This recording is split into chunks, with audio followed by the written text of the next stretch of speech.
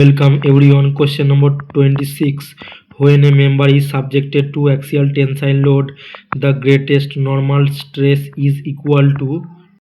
When a member is subjected to axial tensile load, the formula for shear stress tau is equal to normal stress sigma n by 2 into sine 2 theta. The maximum shear stress tau max occurs on a plane inclined at 45 degree and exactly half of the maximum normal stress or greatest normal stress. Option C is right answer. 27. At a point in a strained body carrying two unequal unlike principal stresses P1 and P2, where P1 greater than P2, the maximum shear stress is given by. As we know, in Morse circle, the horizontal axis represents the normal stress and vertical axis represents shear stress. And if we look at the circle, that is Morse circle carefully, the maximum shear stress value will be represented by the radius of the circle. And the value for maximum shear stress tau max will be equal to, which is the radius of the circle, equal to P1 minus P2 by 2. P1 is the major principal stress and P2 is the minor principal stress along the horizontal axis. If P1 is tensile in nature, P2 will be compressive in nature because they are unequal and unlike principal stresses. Option C is right answer. Number 28. If a point in a strained material is subjected to equal normal and tangential stresses, then the angle of obliquity is. We know the formula tan phi equal to tangential stress by normal stress. Phi is the angle of obliquity or angle of friction, which is the angle between normal stress and resultant stress. As per question, sigma n or normal stress equal to tangential stress. So sigma n equal to tau n. So tan phi equal to 1 and phi will be equal to 45 degree. Number 29. If the principal stresses at a point in a strained body are P1 and P2, where P1 greater than P2, then resultant stress on a plane carrying the maximum shear stress is equal to. Option B is right answer. Root over of P1 square plus P2 square by 2. Look at the circle where the value DC or CE, which is the radius of the circle, or tau max will be equal to P1 minus P2 by 2. And the average normal stress OB plus BC will be equal to P2 plus radius of the circle, that means P1 minus P2 by 2. And if we simplify, this value will be equal to P1 plus P2 by 2. Now we got tau max equal to P1 minus P2 by 2 and sigma n, which is average, equal to P1 plus P2 by 2. So resultant stress on a plane carrying the maximum shear stress is equal to root over of sigma n square plus tau max square. And if we calculate the value, R will be equal to root over of P1 square plus P2 square by 2. Question number 30. The plane of maximum obliquity is inclined to the major principal plane at an angle of, where phi max is the angle of maximum obliquity. Now we will determine the angle of obliquity using Morse circle. The angle of obliquity is the angle between the resultant stress and normal stress acting on the oblique plane. From the diagram, the resultant stress makes an angle of phi max with the normal direction. For maximum obliquity, the tangent drawn from the origin touches the Morse circle.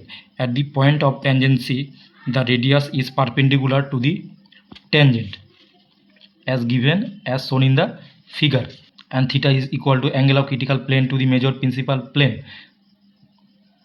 So from triangle property we can write 2 theta c is equal to pi by 2 plus phi max, and if we make the calculation, theta c will be equal to pi by 4 plus phi max by 2. Option B is right answer. Question number 31. At a point in a strained body is subjected to a tensile stresses of 100 MPa on one plane and a tensile stress of 50 MPa on a plane at right angle to it. If these planes are carrying shear stresses of 50 MPa, then the principal stresses are inclined to the larger normal stress at an angle. Sigma x equal to 100 MPa, sigma y equal to 50 MPa, and tau is equal to 50 MPa. Now we know the formula tan 2 theta equal to 2 tau by tau x sigma x minus sigma y. Now in this formula, if we put all the value, we will get 2 theta equal to half into tan inverse 2. Option B is right answer. Question number 32. If a prismatic member with area of cross section capital A is subjected to a tensile load P, then the maximum shear stress and its inclination with the direction of load respectively are. Suppose this is the prismatic member subjected to tensile load P only in this direction, and in opposite direction there is no tensile loads, okay, and the cross sectional area of this prismatic bar is A.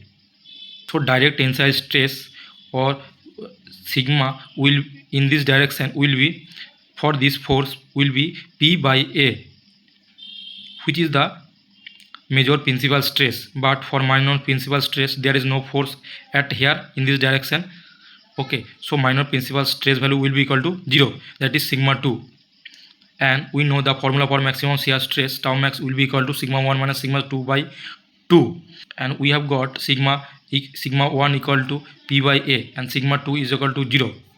So after calculation tau max will be equal to P by 2A, and for maximum shear stress the angle will be 45 degree.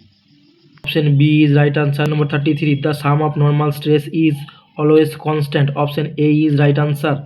When the plane at a point is rotated, the individual normal stresses on the planes may change, but their total sum always remains constant.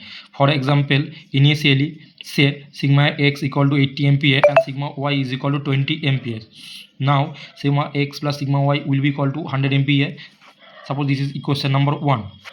But rotating the plane, the stress may become sigma x equal to 60 MPa and sigma y equal to 40 MPa. Still, the summation of sigma x plus sigma y will be equal to 100 MPa. That is equation number 2. So, equation 1 will be equal to equation number 2. So, the sum of normal stresses is always constant. Question number 34. The radius of Mohr circle for two equal unlike principal stresses of magnitude P is. Option A is right answer, P. We know the formula for radius of the Mohr circle, which is also the maximum shear stress value, is equal to P1 minus P2 by 2. P1 is the major principal stress and P2 is the minor principal stress. Okay. But as per question, for two equal unlike principal stresses, so P1 is equal to P and P2 is equal to P, but in opposite direction, and P2 will be equal to minus P. R will be equal to P minus within bracket minus P by 2, and at the end R will be equal to only P. Number 35, the shear stress on principal plane is 0. Option A is right answer. Number 36, the state of pure shear stress is produced by tension in one direction and equal compression in perpendicular direction. Option A is right answer. Number 37, a prismatic bar is carrying only an axial force. The two planes on which normal and shearing stresses are equal are inclined to the axial force at angles. Normal stress on an inclined plane sigma n is equal to sigma cos square theta, that is equation number 1, and shear stress on the same plane will be equal to sigma by 2 into sin 2 theta, that is equation number 2. So as per question, sigma n is equal to tau, that means equation 1 will be equal to equation number 2. Now after calculation, tan theta will be equal to 45 degree. For option B is right answer. Question number 38. According to Rankin's hypothesis, the criteria of failure of a brittle material is. Option A is right answer, maximum principal stress.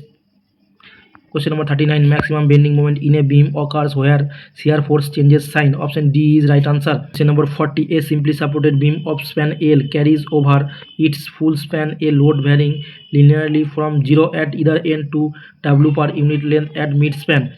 The maximum bending moment occurs at. So this is our simply supported beam subjected to a triangular load. Okay, maximum at the center. Total and the length of the beam is L. Okay, so total load on the beam will be the area of the load diagram half into base L and height is W. So total load will be equal to WL by 2, and due to symmetry of the structure, the reaction RA will be equal to RB, which will be equal to WL by 4.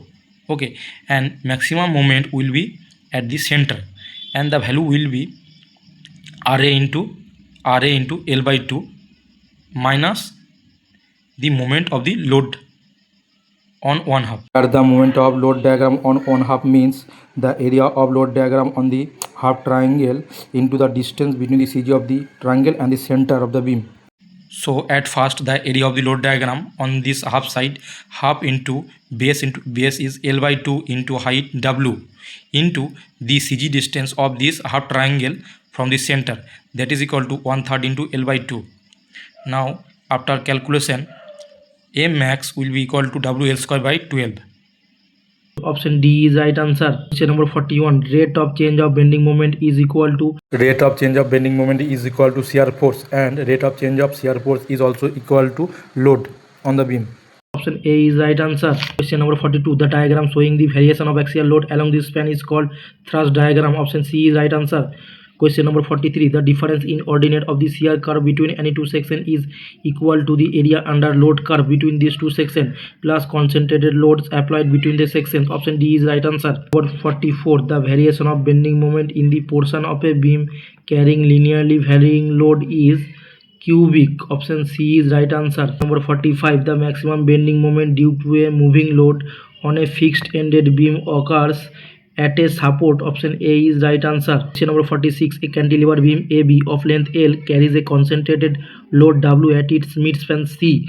If the free end B is supported on a rigid prop, then there is a point of contraflexure. So this is our propped cantilever beam A, B and C subjected to a central point load. Okay, at this point there will be reaction RA, and at this point there will be reaction RB. From equilibrium or from compatibility deflection at B equal to 0, this reaction RB, the deflection due to reaction RB will be equal to the deflection under this load at this point. So RBL cube by 3 EI is equal to the deflection under the load will be 5WL cube by 48 EI. Now after calculation RB will be equal to 5W by 16 and RA plus RB equal to W, so RA will be equal to 11W by 16, and fixing moment at A will be equal to,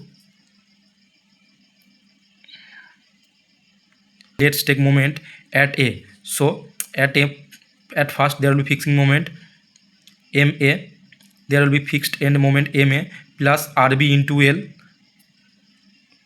which will be equal to load W into L by 2, as we are taking moments from the point A. Okay, and after calculation MA will be equal to the 3WL by 16. And if we calculate bending moment at a distance x from A, so a bending moment at a distance x from A will be RA into x minus MA, the fixed moment. Okay. And if we take x is equal to L by 2, the moment value will be maximum, and the maximum moment value will be 5WL by 32. This is the shear force diagram of the propped cantilever beam, and this is the bending moment diagram of the propped cantilever beam. So the point of contraflexure occurs between the point A and C. Point of contraflexure is the point where bending moment changes sign. Between A and C, option A is right answer. Question number 47. A prismatic beam fixed at both ends carries a uniformly distributed load. The ratio of bending moment at the supports to the bending moment at the midspan is, the fixed beam AB subjected to uniformly distributed load W per unit length having total length is equal to L. The ratio of bending moment at the support to the bending moment at the midspan is, the bending moment at the support will be WL square by 12 and bending moment at the midspan will be WL square by 24. So the ratio will be 2. Option D is right answer. Number 48. The relationship between the radius of curvature capital R, bending moment capital M and flexural rigidity EI is given by. Option B is right answer. M equal to EI by R. Question number 49. A beam of overall length L with equal overhangs on both sides carries a uniformly distributed load over the entire length. To have numerically equal bending moments at center of the beam and at supports, the distance between the supports should be the overhanging beam A, B, D, E, and the center point is C. Total length of the beam is L, and two overhang portion length is A and A. Okay. The hogging moment at the support due to the overhang will be WL square by WS square by 2. That is equation number 1. And the sagging moment which will be at the center of the beam equal to RA into L by 2 minus the load W into A plus L by 2. This length A plus the center AC, the half of the center AC L by 2 into this total length E to C by 2. Reaction RA will be equal to RB due to symmetry of the structure, and that will be equal to W into total length of the beam capital L plus 2a by 2. Now if we calculate, the sagging moment at the center will be equal to W capital L square by 8 minus WA into capital L by 2. That is equation number 2. So as per question, numerical values will be equal. So M equation 1 will be equal to equation number 2. And if we do that, capital L will be equal to 2a into L plus 1 plus root over 2 within bracket 1 plus root over 2. That is equation number 3. And we got L equal to capital L plus 2a. Also L equal to 2a into 2 plus root 2. So after putting L equal to this value, small L will be equal to 2a into 2 plus root 2. That is equation number 4. And so capital L by small l will be equal to 0.586 and capital L will be equal to 0.586 L. So to have numerically equal bending moments at the center of the beam and at supports, the distance between the supports should be 0.586 L. Option C is right answer. 50 epizoomatic beam of length L and fixed at both ends carries a uniformly distributed load. The distance of points of contact flexure from either end is epizoomatic fixed beam of length L subjected to a uniformly distributed load W per unit length. We have to determine the point of contact flexure from either end. So the superimposed bending moment diagram will be like this. The support fixed moment of the beam will be minus WL square by 12, and at the middle the maximum bending moment for the beam will be WL square by 24. Now let's take a section x dash at a distance x from this end. Okay, so moment at this section mx will be equal to minus WL square by 12 plus WL into x by 2, that due to reaction at both ends will be WL by 2 minus Wx square by 2 due to uniformly distributed load. Now if we calculate, the quadratic equation will be 6x square minus 6lx plus L square equal to 0. By solving this quadratic equation, x will be equal to L by 2 into 1 minus 1 by root 3, which will be equal to 0.211 L. So the distance of points of contact flexure from either end is 0.211 L. Option B is right answer.